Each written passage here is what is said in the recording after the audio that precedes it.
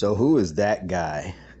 That's me, for sure, for sure. That's me at a different stage in life, for sure. If you were to look at that, I would think a lot of people would go with the popular notion in term of looking kind of thuggish. And for sure, if we look at the definition, not just the pop culture music sort of hip hop reference, which is a very thin net to cast, and I'll get to that later. But if we just look at a violent, aggressive person, especially one who is a criminal, yeah, I fit the description. Ruffian, hoodlum, bully, bandit, mugger, gangster, terrorist are all synonyms. If we go historically, I knew that the term thuggy was the original member of a religious organization of robbers and assassins that were in India, devotees of the goddess Kali, and they would strangle their victims in a prescribed ritual manner.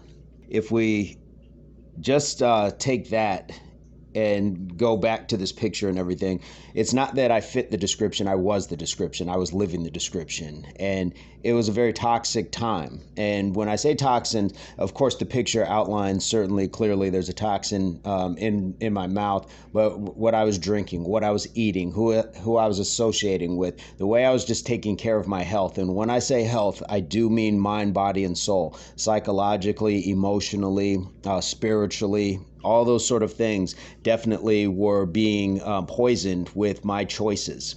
I didn't grow up in a rough area. I didn't grow up with an excuse to end up, in that picture. But we all will find our way through this life for reasons that we need to. And sometimes it's a harder path. And this was just one of those things that I found an association. And for a short time, that was what I was doing.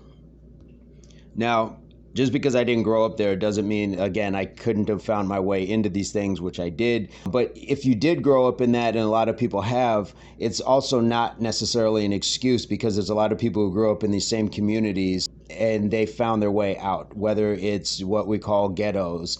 And ghettos started in European immigrant areas. So people pulled their bootstraps up who were Italian, Irish, things like that. If you're talking Black, Hispanic, they've pulled themselves up. Like, there's so many groups that have pulled themselves out of poverty. So it's not always an excuse. It's just more fair to say people across the board can fall to the trappings of society.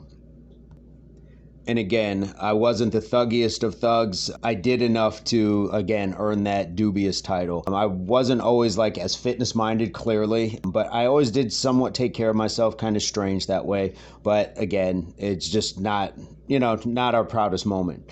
I come to this kind of story within the story. I've come across a lot of women that are friends that have, kind of gone down the path of associating with kind of the dangerous sort. And I did have somebody tell me that they thought they would end up with an educated thug. And this being my history, the first thing I thought was, and I said was, it's a contradiction in terms, for one, but two, if it's really in somebody, if they've been a thug longer than they've been educated, more often than not, when push comes to shove, you will end up with the thug in front of you rather than the educated person. Just reading books and having a level of accreditation does not erase those things out of you. So you really have to go through a spiritual and a real life-changing process rather than just saying, I've gained some sort of education, so therefore I'm not those things anymore.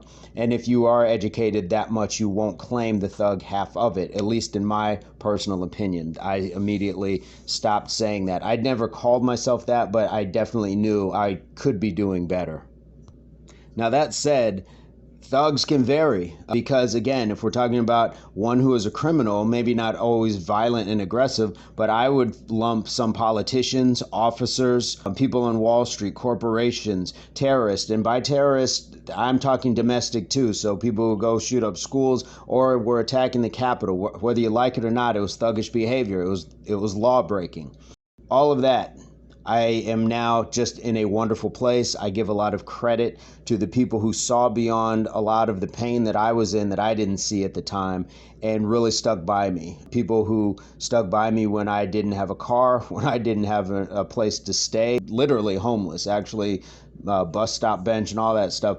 There was just a lot of people who really helped and stuck by me, that would let me crash on a couch, that would, get me food, things like that. So, guys, I can only pay this forward, and I urge all of you to continue to better you and better the others around you. And maybe, just maybe, we can make Thug our own acronym. True humanity understands giving. Or let me know what you think. Peace, love, unity, solidarity.